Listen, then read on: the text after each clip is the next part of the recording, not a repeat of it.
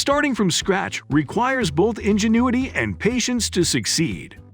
Life Uncontained, a husband and wife team famed for their ability to build anything from the ground up, will be the subject of today's film. Life Uncontained's top builds will be discussed in this video. Mackenzie and Spencer, a married couple from Florida, United States, have a YouTube channel with 1.5 million followers and more than 150 million views, which we'll introduce to our audience first. After selling their cars and quitting their jobs in Texas, the couple relocated to Florida in March 2018. The family decided to document their progress in creating their debt-free shipping container home via a YouTube channel. On their channel, they put together some amazing projects. For example, they used Tesla batteries to turn an old barn into a solar system. The idea of using containers to build a foundation for a home was also unthinkable at the time. Millions of individuals have been inspired and influenced by this couple's online presence. As a result, in today's video, we'll be showcasing our 5 favorite constructions from around the web. Well, do you know of a way to get a free audiobook online in seconds? Check out the link in the description below. You will get my #1 recommendation on how to get a free audiobook. Not just any kind, but only the best, top-notch audiobooks. The shipping container bathroom is positioned at number 5. They use a shipping container to house the master bathroom shower. Typically, a cement board is framed around the 16-ounce center. The insulation is removed, a new stud is added, and the project is complete. They had closed-cell spray foam all over the place though, which was a problem for the pair. That lack of structural integrity can lead to the entire building collapsing. So they devised a strategy in keeping with their normal practice. Cement boarding was used for the bottom 2 feet of the structure. As part of the shower installation, a blocker was fastened to a cement board, which was then secured with a red guard and the shower mortar bed. As a result, the building will be more durable. The Schluter technique for the roof was used all the way down to the mortar bed after the couple elected to make the top standard drywall. Tiled showers can benefit from the usage of goods that are combined in such a way that they produce a watertight assembly when used together. As a result, the possibility of water and vapor infiltration can be minimized completely. There were, however, a lot of mistakes in rework. There was a lot of water around since they had to pull out their toilet. The toilet water spilled all over the place as the workers raced to finish the installations and hang the drywall. Additionally, the shower had to be reduced in size due to the limited space available in a shipping container. As a result, they were able to get a 30-inch vanity instead of a 24-inch vanity if they reduced the size of the shower a bit. Number 4 is repurposing an old barn into a solar-powered workshop. The barn they rented had previously been occupied, but is now vacant. All of it was sanitized, and new floors and walls were installed on all sides. The idea was to create a space where all of the solar-related gear could be housed. Dry solar closets will occupy half of the barn, while dry storage closets will occupy the other half. However, it was not a simple process. There were already termites and cockroaches infesting the barn. Repairs were made to the structure, which included replacing the woods that had been destroyed, as well as installing temporary braces and other strappings. It took them nearly 3 weeks to completely transform the barn into a fully functional solar workshop.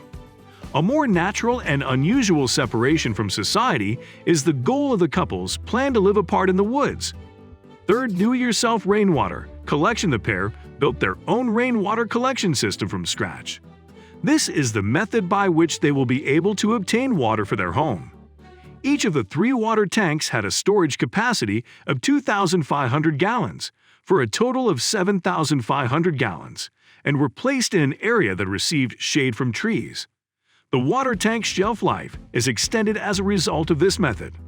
First, they'd mark the area where the tanks will be put in a T-shape with 4x6 wooden borders.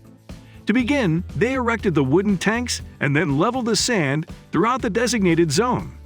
Next, they covered the leveling with landscaping fabric, and then added a layer of gravel drainage on top. After that, water tanks were installed in the area. It was now time to link up the various tanks and components of the system. For the same reason, they excavated the untouched portion of the leveled ground. Each of the 3 tanks has its own shut-off valve, which is connected to the 3 box's 3 shutoff valves. Every time there is a downpour, the water gathered on the roof is channeled down the gutters by the metal roof.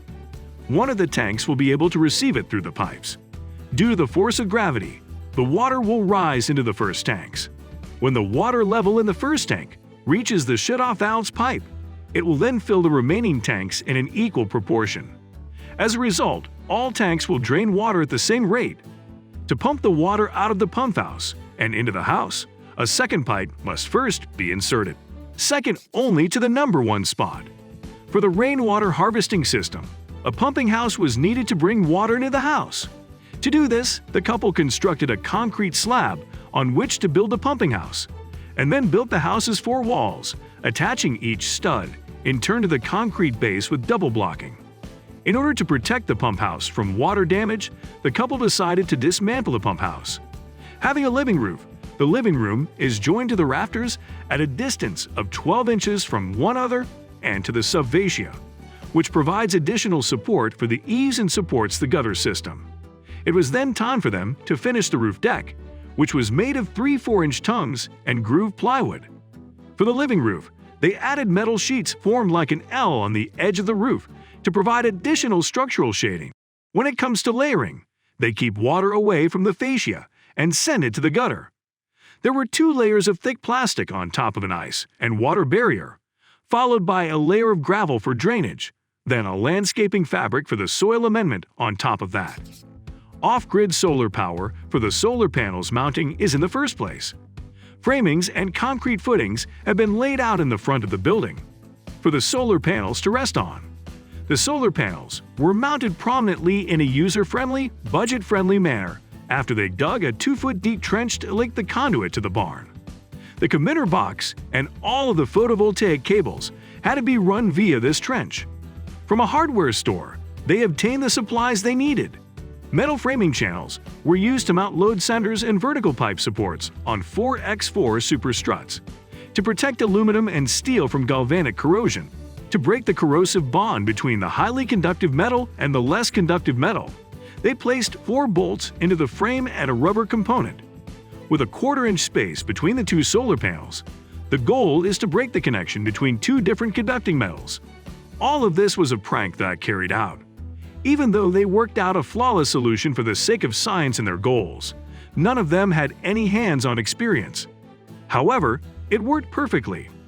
The most amazing thing they did was to convert their home-built Tesla batteries into solar panels that could power their homes. The traditional electrical system has high expenses because of the couple's user-friendly methods. As a result, they rely on Tesla, a manufacturer of massive batteries capable of supplying power to entire homes. In addition, Tesla batteries can deliver a breakthrough for sectors that are only beginning to develop their solar needs. In order to fulfill a long-held ambition, this couple sold their restaurant company and gave up their comfortable lifestyle in order to create an off-grid container home powered entirely by solar energy and a rainwater collecting system. The lesson we can learn from them is to be self-reliant, consistent, and passionate about our work. We've made it to the end of the video, thanks to our persistence. We hope this information was informational to you.